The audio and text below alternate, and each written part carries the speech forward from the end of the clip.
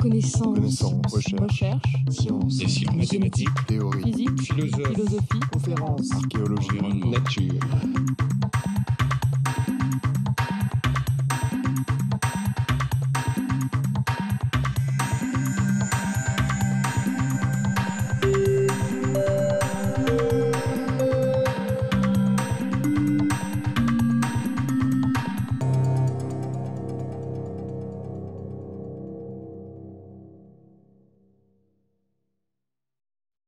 Bien, bonjour à vous tous, bonjour mesdames et messieurs. Tout d'abord, un grand merci d'être si nombreux aujourd'hui pour ce cours qui va bien entendu traiter des nanomédicaments, puisque c'est le thème général des 18 heures de cours qui vont maintenant se suivre.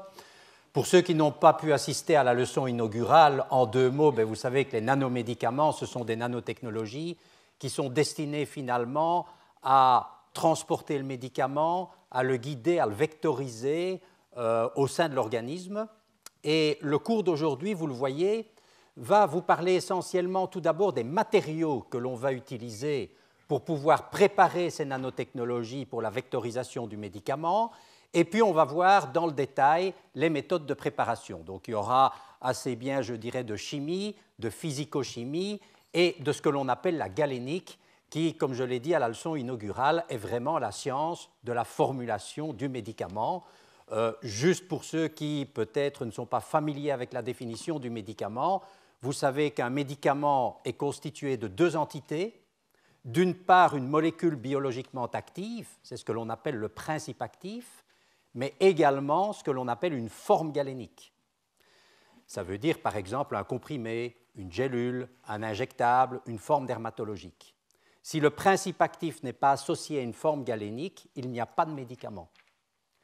Donc, vous voyez que la forme galénique, la formulation, c'est quelque chose d'extrêmement important dans la définition du médicament. Et donc, dans le domaine des nanomédicaments, aujourd'hui, je vais vous parler très largement, bien entendu, des méthodes de préparation.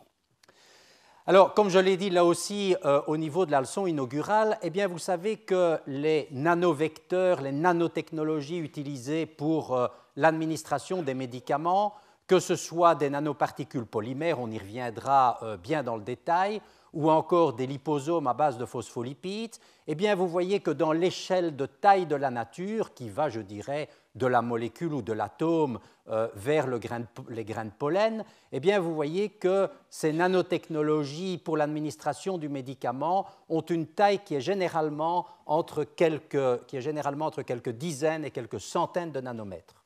Pour vous donner un ordre de grandeur, vous voyez ici la taille d'un globule rouge qui fait à peu près 7 microns. Donc, quand on va préparer des nanovecteurs pour l'administration des médicaments, on va être à peu près 70 fois plus petit qu'un globule rouge. Donc, vous voyez que là, on est vraiment dans le domaine des nanotechnologies. Et aujourd'hui, je vais essayer de vous montrer le plus clairement possible comment, précisément, on peut préparer, caractériser et charger en médicaments ces nano-objets. Alors, premier grand type de nanovecteur de médicaments, dont certains d'entre vous ont évidemment déjà entendu parler, ce sont les liposomes. Alors, ce qui caractérise les liposomes tout d'abord, c'est que vous le voyez, ce sont des systèmes moléculaires organisés. Et ce sont des systèmes moléculaires organisés qui vont être composés d'un matériau qui forme déjà, je dirais, les principaux lipides de la membrane cellulaire, à savoir, vous le voyez ici, les phospholipides. Alors, vous voyez ici une représentation en modélisation moléculaire de ce qu'est un phospholipide. Vous voyez qu'en fait, vous avez deux chaînes d'acides gras que vous avez représentées ici au niveau de la formule chimique, qui sont estérifiées au niveau d'un glycérol. Et puis, vous voyez que vous avez ce que l'on appelle une tête polaire, qui est évidemment très hydrophile, et qui peut être, vous le voyez, une sérine. Et on parlera à ce moment-là, par exemple, de phosphatidylsérine, une choline, on parlera de phosphatidylcholine, une éthanolamine, un glycérol, on parlera de phosphatidylglycérol. Donc, vous voyez que vous pouvez modifier très largement la tête polaire de ces phospholipides. Et vous pouvez également, vous le voyez ici, utiliser des acides gras qui vont avoir des longueurs plus ou moins courtes ou plus ou moins longues. Donc vous voyez qu'un des avantages de ces lipides naturels, qui forment encore une fois naturellement la membrane des cellules, eh bien, c'est précisément d'avoir une architecture relativement variable, avec des chaînes, je dirais, hydrophobes, lipophiles, qui peuvent être plus ou moins courtes ou plus ou moins longues, et avec des groupements polaires qui peuvent être très variables, par exemple en termes de charge, par exemple en termes d'hydrophilie ou de poids moléculaire. La partie polaire des phospholipides peut également être, vous le voyez, un sucre. Dans ce cas-là, on parlera de phosphatidyl'inositone. Donc vous voyez qu'il y a une très grande diversité, une très grande richesse, si je puis dire, dans la nature en ce qui concerne les phospholipides naturels, mais on peut également faire des phospholipides dits artificiels, et vous voyez que tout ça va permettre, vous allez le voir, de faire des architectures qui sont extrêmement variables. Alors, en général, les chimistes et les physico-chimistes représentent les phospholipides d'une manière schématique, de cette manière-ci. Vous le voyez ici avec la tête polaire, et vous voyez ici avec la partie, les deux chaînes d'acides gras lipophiles. Alors, on peut aussi faire des molécules lipidiques qui vont ressembler aux phospholipides, ne sont pas tout à fait des phospholipides, mais qui vont être caractérisées par une charge positive. Les phospholipides dont je vous ai parlé vont principalement avoir une charge négative. On peut faire des phospholipides avec une charge positive, en particulier, comme je vous le montrerai, pour condenser, pour interagir avec l'ADN, par exemple quand on veut faire de la thérapie génique. Alors, vous savez qu'il y aura un cours qui sera donné dans quelque temps avec un invité, Jean-Paul Bert de Strasbourg, et on vous parlera essentiellement de l'utilisation, vous le voyez, de lipides qui vont être cationiques pour condenser l'ADN et pour faire de la thérapie génique, pour transfecter les cellules avec des gènes exogènes. Alors, vous voyez que d'un point de vue chimique, alors vous voyez que la chimie est importante, parce que tous ces biomatériaux lipidiques, il est important de faire de la chimie de qualité. Eh bien, vous voyez que ce sont souvent des ammoniums quaternaires. Vous voyez avec une fonction ici, un azote qui est chargé positivement. Alors, vous voyez qu'elles peuvent avoir différentes structures. On les appelle, peu importe, DOTMA, DDAB, DOTAP, ou DOPE. Donc vous voyez qu'on a à la fois des phospholipides naturels ou artificiels qui peuvent être chargés négativement. On peut aussi préparer des phospholipides-like qui vont être chargés positivement pour condenser les acides nucléiques.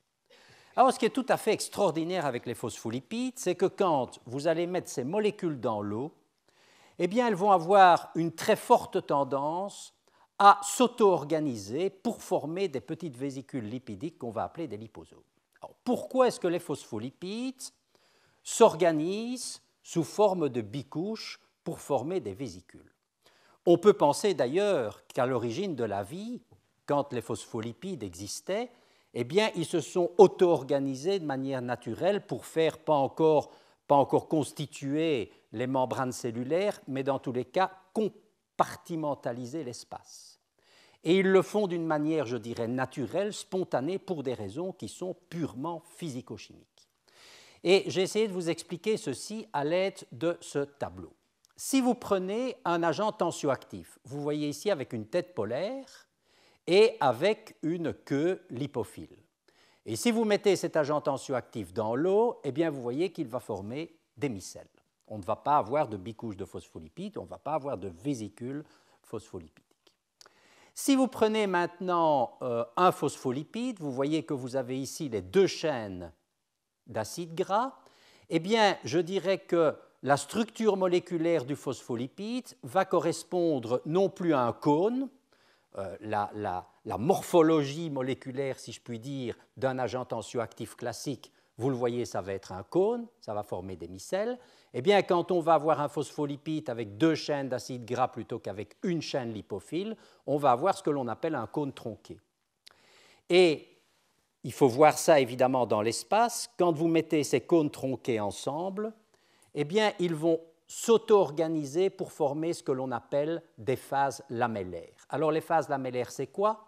C'est, vous voyez que la tête hydrophile polaire du phospholipide va se mettre à ce niveau-ci et à ce niveau-là, et vous voyez que les queues hydrophobes vont s'enchevêtrer les unes dans les autres. Et parce qu'on a une morphologie moléculaire qui est un cône tronqué, eh bien, vous voyez qu'on va avoir une curvature, si vous voulez, de l'organisation supramoléculaire qui va permettre la formation d'une vésicule.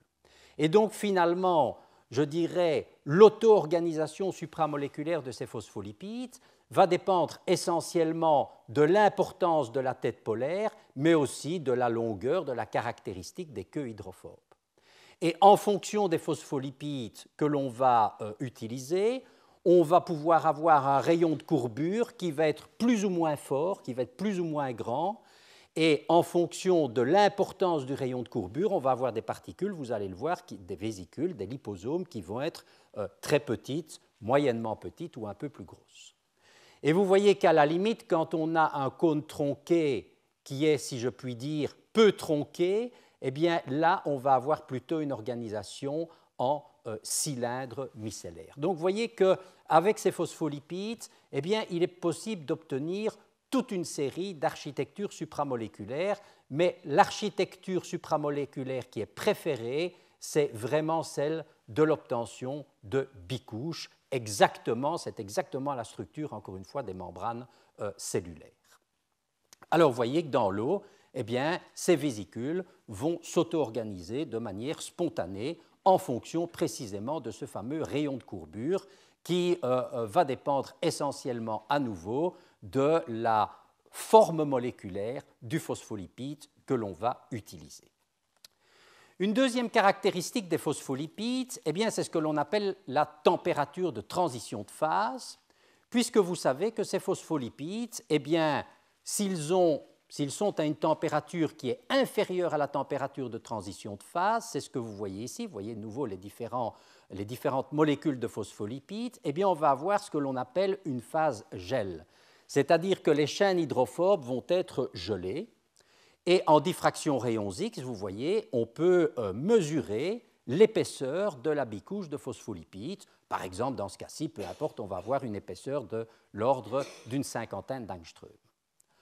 Ensuite, si on chauffe et si on passe la température de transition de phase, eh bien, vous comprenez bien que les chaînes lipophiles, elles vont se mettre à bouger, elles vont avoir une dynamique moléculaire, elles vont s'enchevêtrer les unes dans les autres, et vous voyez que l'épaisseur de la bicouche, c'est-à-dire, vous le voyez ici, de la membrane du liposome, l'épaisseur de la bicouche va diminuer. Et encore une fois, par diffraction rayons X, eh bien, on va voir qu'au-delà de la température de transition de phase, on va avoir une épaisseur, par exemple, de 39 angstroms, alors qu'ici, on était à 47 angstroms. Donc, vous voyez que chaque phospholipide va avoir une température de transition de phase différente. Et vous comprenez qu'en choisissant bien les phospholipides, on va travailler un peu comme pour un Lego, et on va pouvoir faire des liposomes qui vont avoir une température de transition de phase à une température faible ou à une température plus élevée. Et quand on est proche de 37 degrés, vous devinez tout ce qu'on peut faire dans l'organisme. On peut, par exemple, utiliser des phospholipides qui, à 37 degrés, vont avoir, je dirais, une phase gel, qui vont avoir une transition de phase à 40 ou à 41 degrés. Et donc, par exemple, si vous faites de l'hyperthermie locale d'une tumeur, eh bien, vous allez avoir, au niveau de la tumeur que l'on va chauffer, le passage de cette phase lamellaire en gel à une phase lamellaire fluide, et c'est à ce moment-là que vous allez pouvoir, par exemple, libérer le médicament en réponse, si vous voulez, à une modification de température au niveau d'une tumeur. En jouant, grâce à ces matériaux-là, on va pouvoir jouer effectivement sur la température de transition de phase. Et si vous faites ce qu'on appelle des liposomes géants, comme vous le voyez ici, et qu'on regarde tout simplement avec une caméra les mouvements de ces membranes de phospholipides et que vous êtes au-dessus de la température de transition de phase, eh bien, vous voyez très très bien une déformation de la membrane.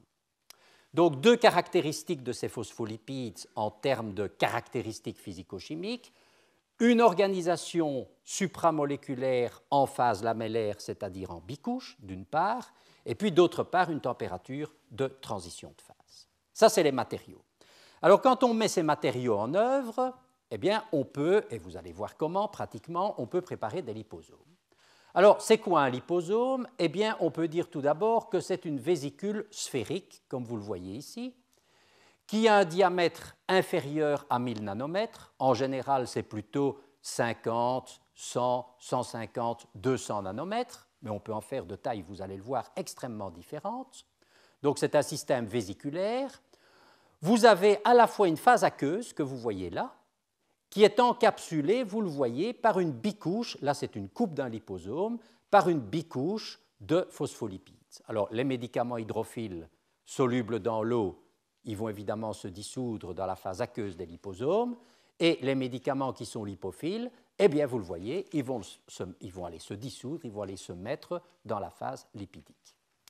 Alors, vous voyez qu'ici, c'est des photos en microscopie électronique. On peut pratiquement à l'heure actuelle, en choisissant bien les phospholipides, c'est-à-dire le rayon de courbure qu'on va obtenir, en choisissant bien, on le verra tout à l'heure, les procédés de préparation, eh bien, vous voyez qu'on va pouvoir réaliser des liposomes qu'on appelle multilamellaires, c'est-à-dire que vous allez avoir beaucoup de bicouches de phospholipides, comme vous le voyez ici.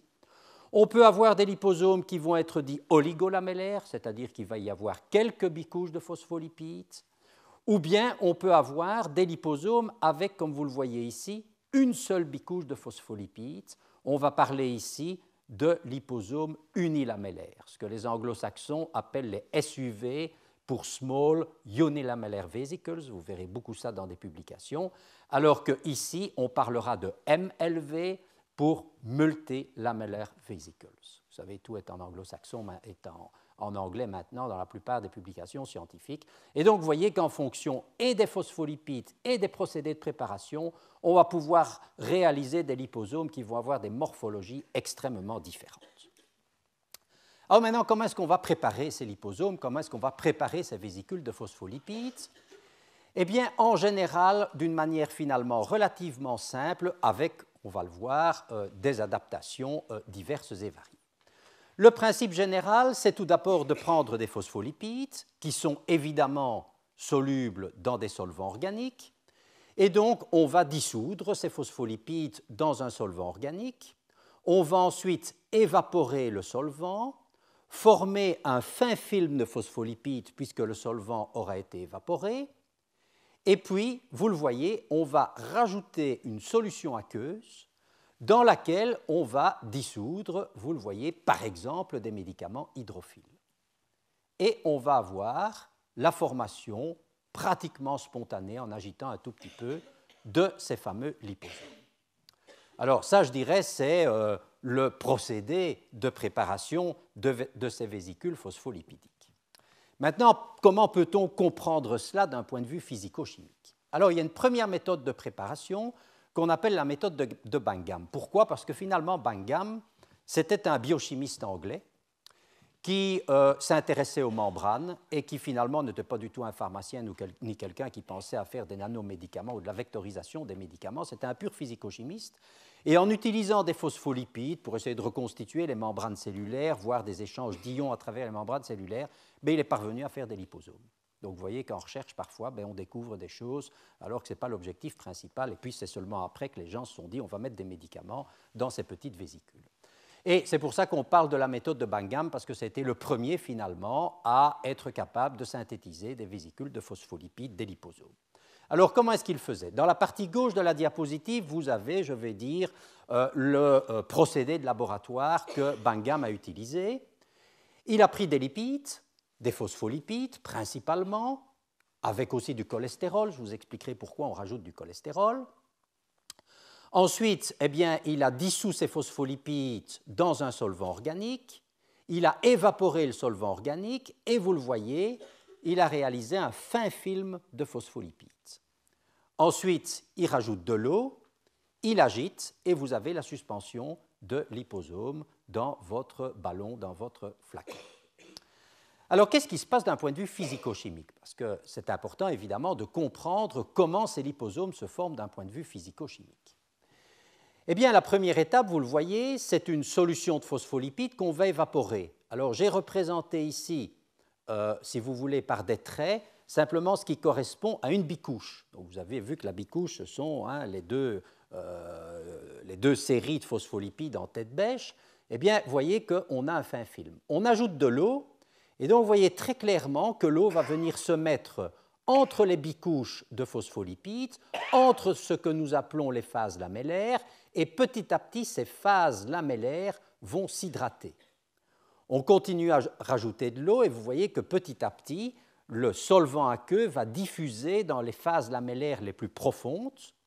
Et puis en agitant, donc vous voyez qu'on va avoir une très forte hydratation du film de départ, il suffit d'agiter un tout petit peu et vous allez former, vous le voyez, des liposomes multilamellaires, c'est-à-dire avec plusieurs bicouches de phospholipides. Alors, comment est-ce qu'on peut faire des liposomes multilamellaires à partir de la méthode de Bangham ou des liposomes unilamellaires? Bien, simplement, les liposomes multilamellaires, ils se forment pratiquement spontanément. Ils vont devenir unilamellaires si on soumet ces liposomes multilamellaires à de l'énergie. Énergie qui peut être mécanique, bien sûr, par pression, par extrusion, par ultrasons. Il y a toute une série de technologies possibles pour induire la rupture de ces liposomes multilamellaires en liposomes unilamellaires. Première technologie qu'on peut utiliser pour réaliser cette rupture, c'est ce que l'on appelle le microfluidiseur. Alors, peu importe, c'est une machine que vous voyez ici. Le principe, il est extrêmement simple, c'est qu'on va prendre la suspension de liposomes multilamellaires que l'on va faire passer, vous le voyez ici, dans ce que l'on appelle une chambre d'interaction à travers une très fine filaire, sous pression, bien entendu. Donc, ces liposomes multilamellaires vont être, je dirais, soumis à un stress relativement important. Ils vont être ensuite refroidis, on va les récupérer et si on répète ce cycle un certain nombre de fois, on va pouvoir obtenir des petits SUV, c'est-à-dire des petits liposomes unilamellaires. Alors, on peut aussi faire ce que l'on appelle de l'extrusion. Alors, l'extrusion, c'est quoi? C'est qu'on va prendre des liposomes, vous le voyez, qui sont relativement gros, vous voyez ici une photo en microscopie électronique, et on va forcer ces liposomes à travers des filtres que vous voyez ici, qui vont avoir des pores d'abord de 400 nanomètres, alors vous voyez qu'on a diminué la taille, puis de 200 nanomètres, on a encore diminué la taille, puis de 100 nanomètres, on diminue encore la taille, et finalement, si vous passez vos liposomes à travers des pores de 30 nanomètres, eh bien, vous voyez que vous avez des toutes petites vésicules unilamellaires, de tout petits liposomes d'une trentaine de nanomètres. Donc, vous voyez qu'avec un même procédé de préparation qui est le procédé de Bangham, en jouant essentiellement sur la nature des filtres, eh bien, on peut obtenir des nanotechnologies à base de phospholipides qui vont avoir exactement, on peut parfaitement contrôler la taille de ces petits liposomes phospholipidiques. Alors, cette méthode de Bangham, elle a quand même un problème. Elle a un problème parce que, je vous l'ai dit, on va faire un solvant, on va utiliser un solvant qui va dissoudre les phospholipides, et puis vous le voyez, on va former un film. Si ce film est trop épais, vous ne pourrez pas arriver à hydrater le film correctement, et donc vous n'obtiendrez pas de liposome. Donc vous êtes toujours obligé d'avoir un film de quelques centaines de microns. Alors vous voyez que d'un point de vue technologique, parce que c'est la chaire d'innovation technologique, c'est un gros problème. Parce que si vous voulez passer une phase industrielle et faire des quantités importantes, si vous êtes obligé de faire des films d'une centaine de microns, ben vous allez évidemment être obligé d'utiliser des surfaces qui sont absolument considérables. Alors ça, c'était pendant longtemps, je dirais, un verrou technologique qui a empêché à la fois l'industrie cosmétique. Il faut dire que l'industrie cosmétique a été, je dirais, pionnière dans ce domaine, mais aussi l'industrie pharmaceutique. Pendant longtemps, on a dit on ne pourra jamais mettre des liposomes sur le marché. C'est absolument impossible parce qu'il faut faire des films extrêmement fins. Il nous faut des surfaces qui sont considérables.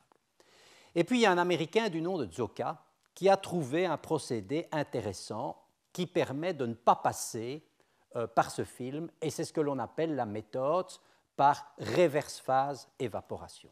Alors, de quoi s'agit-il ? Eh bien, cette méthode de Zocca, qui est encore une fois un chercheur de l'Université de Californie, il va faire une émulsion d'eau dans l'huile. Il est évident que les phospholipides sont dissous dans la phase huileuse. Quand on dit dans l'huile, ça peut être une phase organique. Et puis, qu'est-ce qu'on va faire? Ça se fait sous azote pour éviter l'oxydation des phospholipides. Et puis, qu'est-ce qu'on va faire? Eh bien, on va tout simplement évaporer la phase organique, petit à petit, on va former un gel, et puis, vous allez le voir d'un point de vue physico-chimique, ce gel va se désorganiser et va permettre la formation des liposomes. Alors, encore une fois, ça c'est le descriptif, je dirais, de la procédure de préparation. Mais derrière une procédure de préparation, il y a toujours de la physico-chimie, et il est important, évidemment, de comprendre la physico-chimie. Et là, voilà la physico-chimie. On part d'une solution, vous le voyez, organique de phospholipides. Encore une fois, vous voyez la tête polaire et les deux acides gras et les deux chaînes lipophiles des phospholipides. On va mettre cette solution organique de phospholipides en présence d'une phase aqueuse, on va agiter, comme quand on fait de la mayonnaise, et on va obtenir ce que l'on appelle une émulsion, c'est-à-dire, vous le voyez, avec une phase externe qui est organique, qui peut être de l'éther, mais qui peut être un autre solvant, une phase interne qui est aqueuse, et vous voyez que les phospholipides, logiquement, vont se mettre à l'interface entre la phase aqueuse et la phase organique. Et puis, je vous l'ai dit, on va évaporer la phase organique, et vous voyez que ceci va entraîner un rapprochement des gouttelettes, un rapprochement de la phase interne de l'émulsion. Et petit à petit, vous le devinez ici, et vous le voyez très bien là, eh bien, on va commencer à former des phases lamellaires. Parce que, encore une fois, les phospholipides, ils adorent se mettre en phase lamellaire, en raison, encore une fois, de leurs caractéristiques dimensionnelles. Et on va obtenir ensuite, vous le voyez, des liposomes. Et cette technique de Zoka a permis finalement de faire des liposomes à grande échelle et à éviter, je dirais, cette espèce de verrou technologique qu'était le film qui était utilisé par Bangham. Alors, vous voyez, ça c'est peut-être un petit message de se dire que souvent, les chercheurs, ils développent je vais dire, des technologies, des méthodes de préparation, puis on se dit que ce ne sera absolument pas applicable, je vais dire, sur le plan industriel, ça ne pourra pas être mis, par exemple, sur le marché, mais vous voyez qu'il faut toujours se méfier de cela et que très souvent, eh bien, on arrive à trouver des astuces pour contourner les verrous technologiques et pour trouver des solutions à, je dirais, dans tous les cas, le scale-up, c'est-à-dire la réalisation à grande échelle. Autre procédé de préparation de ces liposomes, c'est la préparation de liposomes par dialyse. Et ça, c'est une technique qui a été mise au point dans notre laboratoire par Michel Olivon et qui est très astucieuse parce que, encore une fois, elle est basée sur, je dirais, comment dire, la possibilité de passer de micelles avec des agents tensioactifs vers des phases lamellaires, c'est-à-dire vers des bicouches. Je m'explique. Le principe, c'est de partir, vous le voyez ici, d'une structure micellaire. Alors, pour avoir la structure micellaire, on va utiliser des agents tensioactifs classiques, je vous ai dit, qui ont un cône, donc ils forment des micelles, et on va bien entendu rajouter des phospholipides. Alors ensuite, donc, on a ce que l'on appelle des micelles mixtes, c'est-à-dire qu'ils ont à la fois des agents tensioactifs classiques, du twin, du span, et à la fois des phospholipides. Et puis on va dialyser, et petit à petit, vous le voyez, on va éliminer l'agent tensioactif classique, qui a une structure en cône non tronquée. Et donc, au fur et à mesure qu'on va éliminer l'agent tensioactif classique, eh bien, vous voyez qu'on va commencer à former des bicouches et on va commencer à former des objets qui sont un petit peu curieux, vous le voyez, avec des ségrégations de phospholipides. Vous le voyez, les agents tensioactifs vont par exemple se mettre au bout de ces objets un petit peu curieux et vous voyez qu'ici, on va avoir un enrichissement en phospholipides. On continue la dialyse, on forme les fameuses phases lamellaires en bicouches.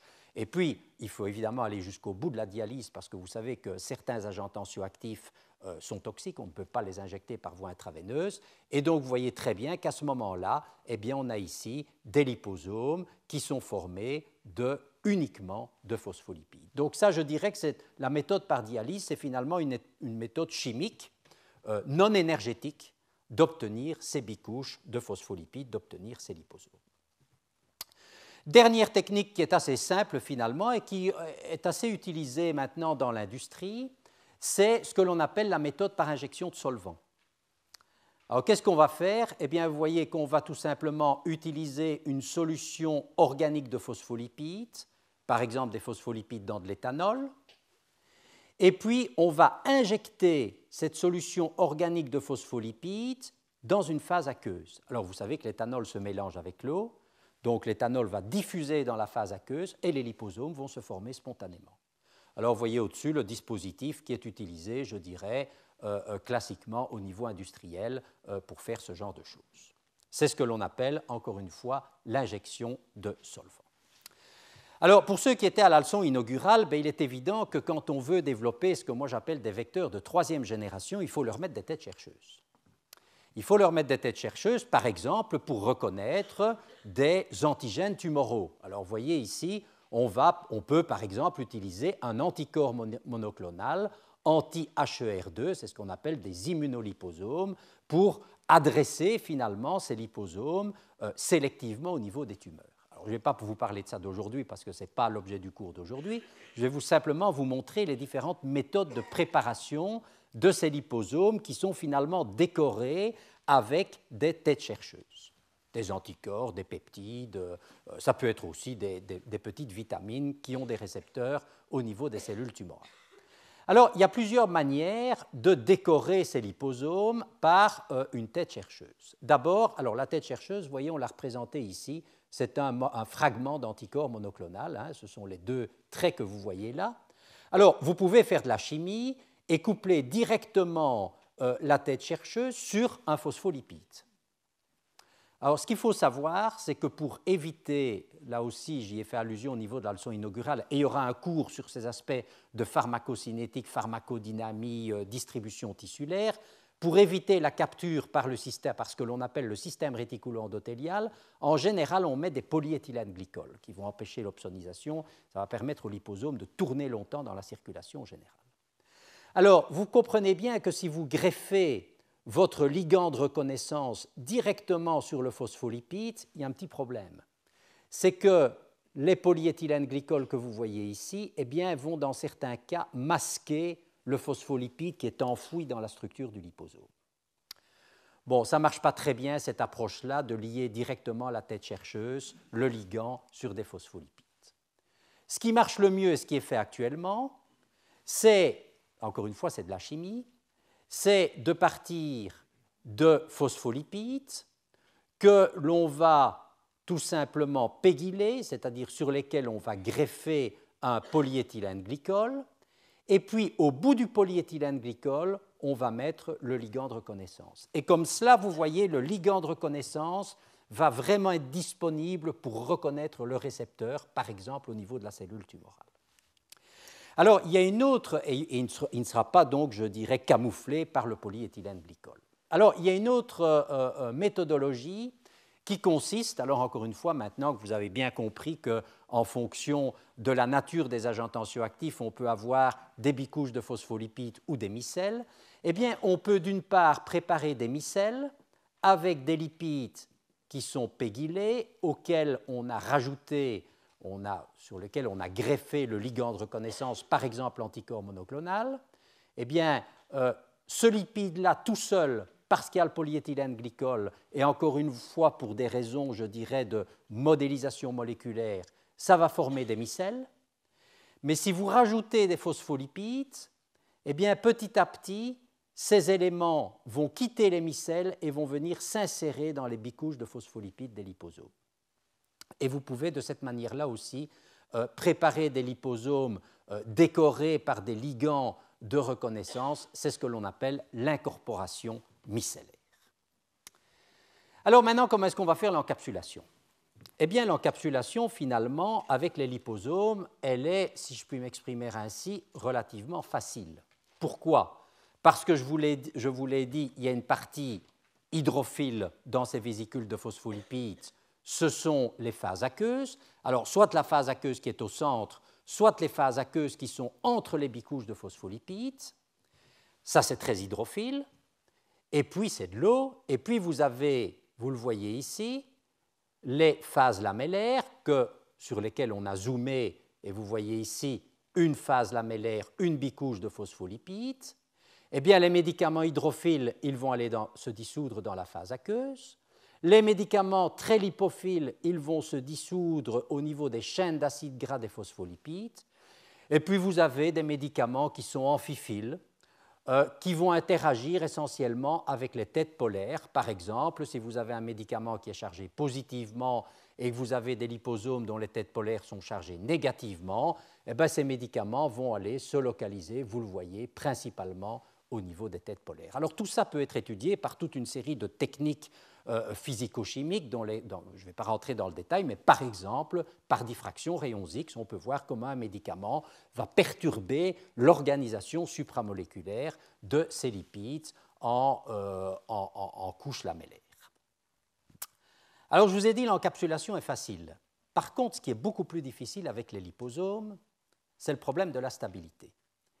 Et c'est la capacité que vont avoir les liposomes de garder le médicament, d'encapsuler le médicament et de ne pas le relarguer avant d'atteindre le site d'action pharmacologique. Et ça, c'est un peu plus compliqué. Pourquoi? Parce que, vous l'avez compris, ces liposomes, ce sont des phases gel ou des phases fluides, c'est de la matière molle, ce n'est pas vraiment solide, si vous voulez, et en fait, c'est dynamique. Et en fait, quand on va injecter ces liposomes, eh bien, vous voyez que vous avez toute une série de protéines, notamment de protéines plasmatiques, qui vont venir s'insérer entre les molécules de phospholipides au sein des phases lamellaires. Alors, vous avez par exemple de la fibronectine, de l'albumine, des lipoprotéines, des éléments du complément, etc. Et le résultat, c'est qu'on va évidemment désorganiser l'organisation supramoléculaire de la bicouche, et ceci va entraîner très rapidement une fuite, une libération du principe actif. Ça, c'est un premier problème, c'est la stabilité des liposomes. Vous verrez qu'avec les nanoparticules, on n'a pas ces problèmes-là. C'est un inconvénient, une limitation majeure. Vous allez voir qu'il y a des solutions, mais malgré tout, c'est quand même une difficulté. L'autre difficulté, c'est que ces liposomes sont formés de phospholipides, donc de lipides.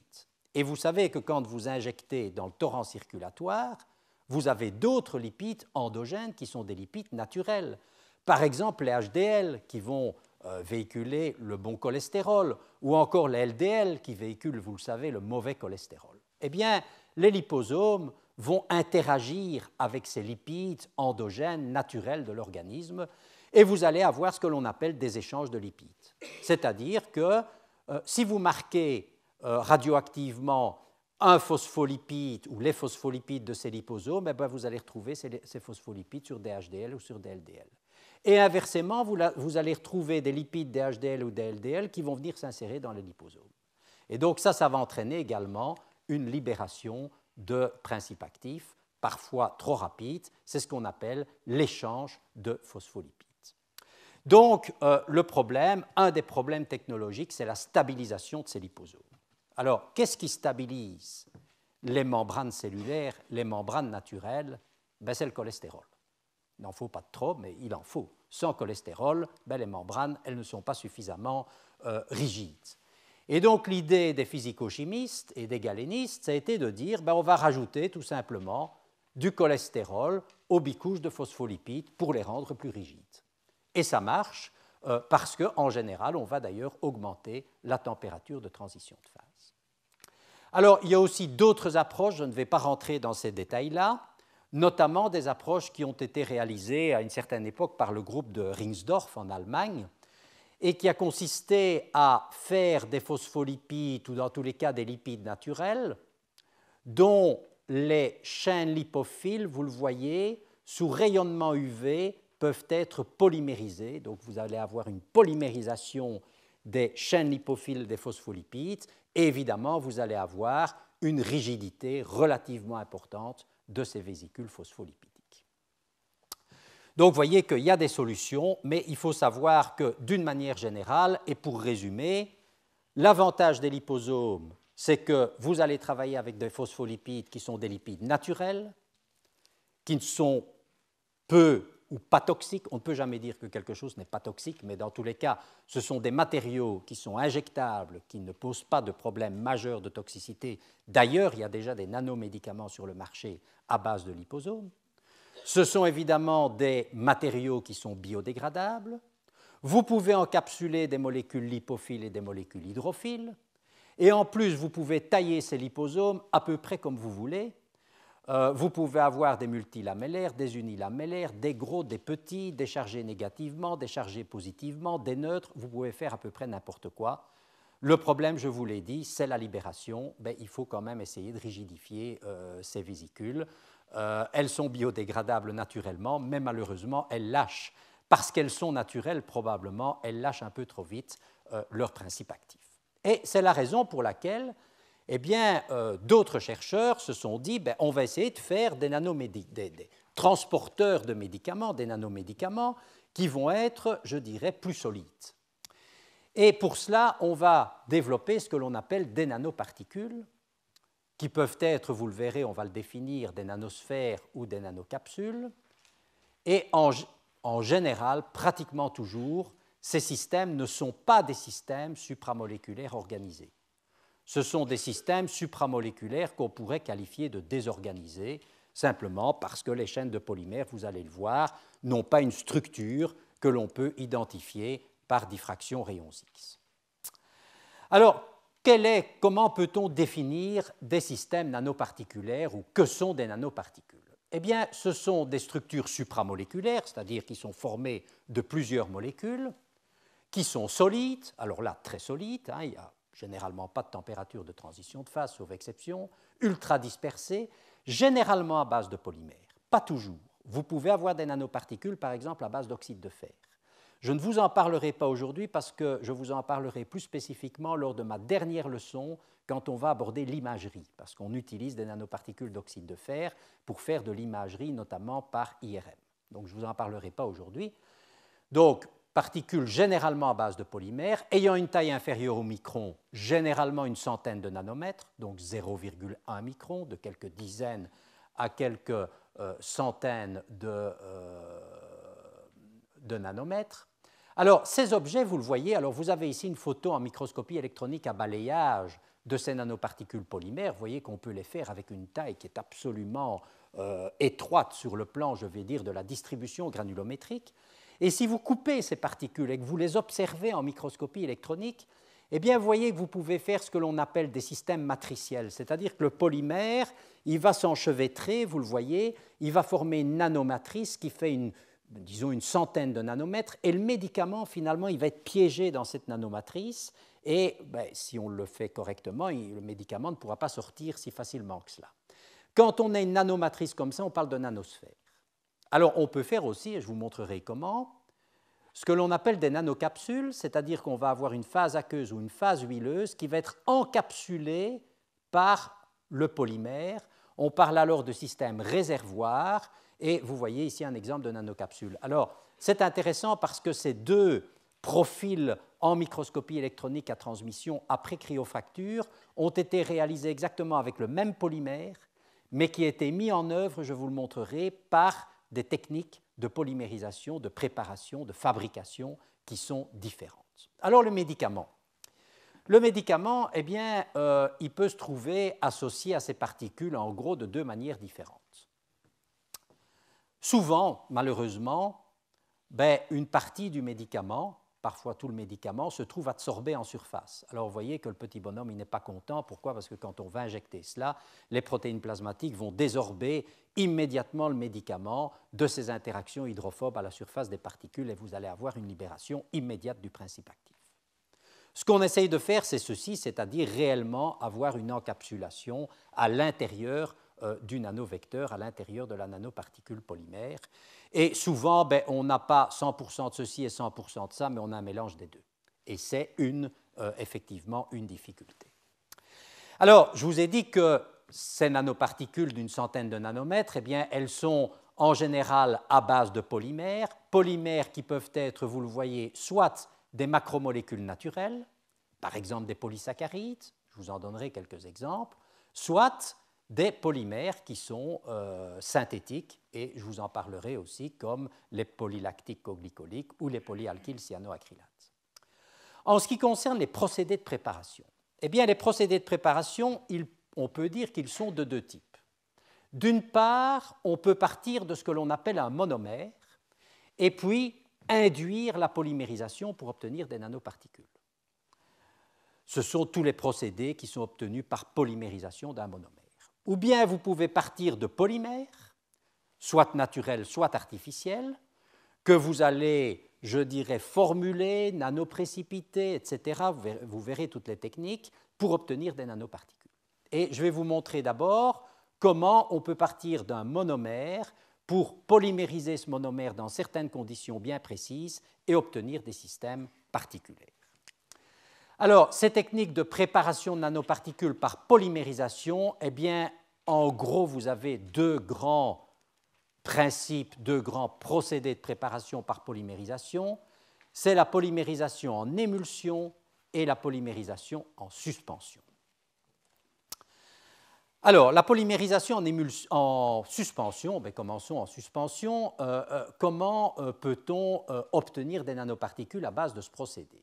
Eh bien, tout d'abord, on va cette fois-ci utiliser des agents tensioactifs qui vont former des micelles que l'on va mettre, vous le voyez, dans une phase organique. Ça vous explique pourquoi la queue lipophile de l'agent tensioactif est vers l'extérieur du micelle et pourquoi la partie hydrophile, la tête polaire de l'agent tensioactif, est à l'intérieur. Et puis, on va dissoudre, vous le voyez, le monomère à l'intérieur du micelle. Et puis, qu'est-ce qu'on va faire? Alors, soit on va faire de l'irradiation UV pour polymériser le monomère, soit on va ajouter, vous le voyez, un radical amorceur de la polymérisation, si on fait par exemple de la polymérisation dite radicalaire. Et donc, vous voyez que la polymérisation va se faire, des monomères, va se faire à l'intérieur de ces micelles. Et quand le l'ion ou le radical amorceur de la polymérisation est à l'intérieur du micelle, eh bien, on va parler de micelle nucléée. Et ensuite, la polymérisation va se faire, les monomères vont réagir les uns avec les autres, et vous voyez qu'on va obtenir une particule polymère. C'est ce que l'on appelle la polymérisation en suspension. La taille des particules, eh bien, vous allez la régler tout simplement par le choix des agents tensioactifs et donc par le choix de la taille des micelles. Si vous avez de gros micelles, vous aurez de grosses particules. Si vous avez des petits micelles, vous aurez des particules beaucoup plus petites.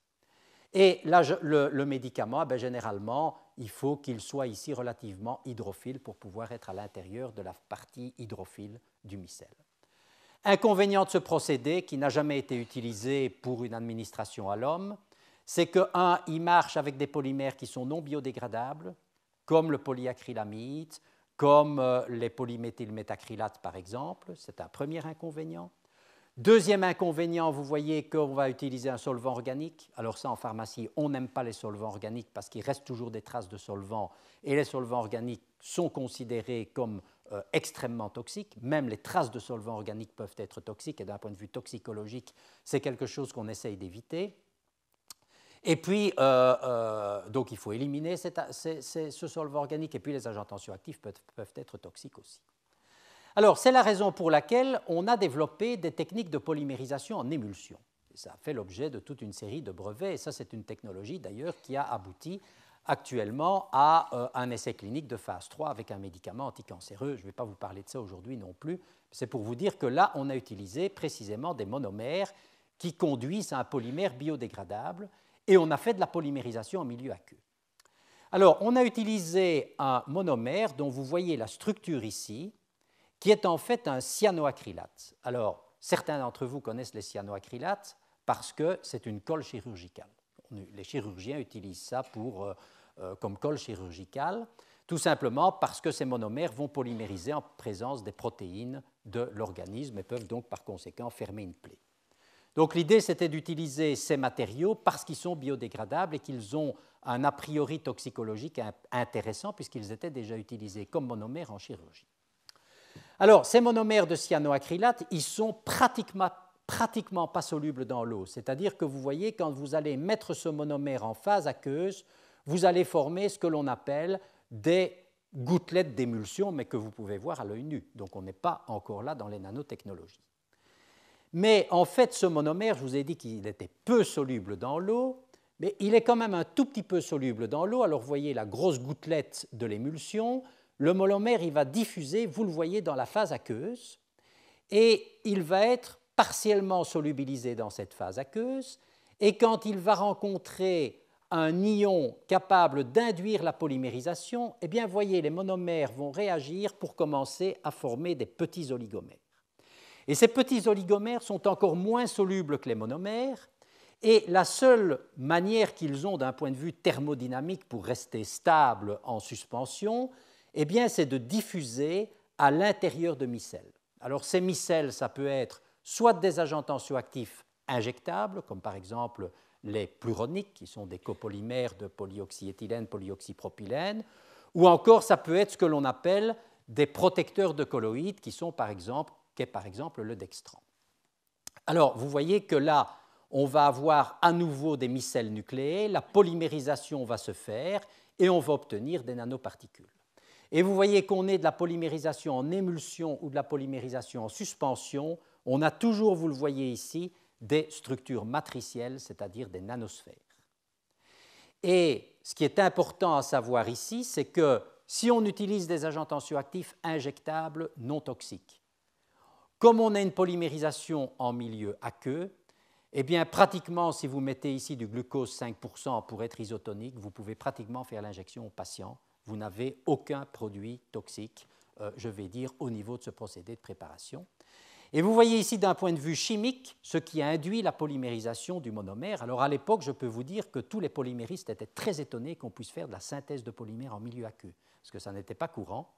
Et vous voyez qu'ici, le monomère, en fait, il va polymériser tout simplement en rencontrant les OH- de l'eau, les fonctions hydroxyles, les ions hydroxyles de l'eau, qui vont faire une attaque nucléophile au niveau de la double liaison.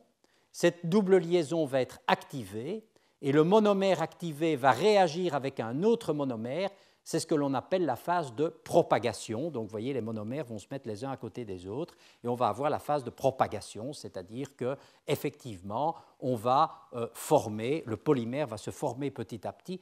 C'est ce que les anglo-saxons appellent un living polymer, c'est-à-dire un polymère vivant, tout simplement parce que le polymère va croître en poids moléculaire.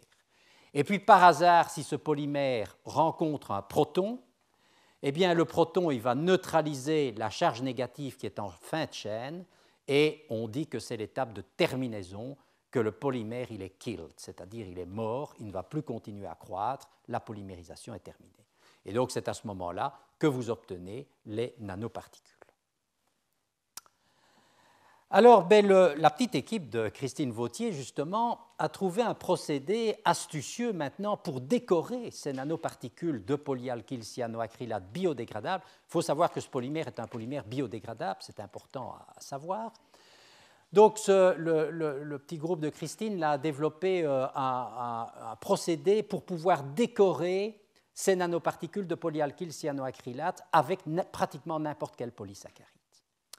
Alors, si on utilise le procédé de polymérisation classique, je vous ai dit, je reviens à ma diapositive précédente, qu'on pouvait utiliser des agents tensioactifs, mais plus souvent, on va utiliser un protecteur de colloïdes qui est le dextran.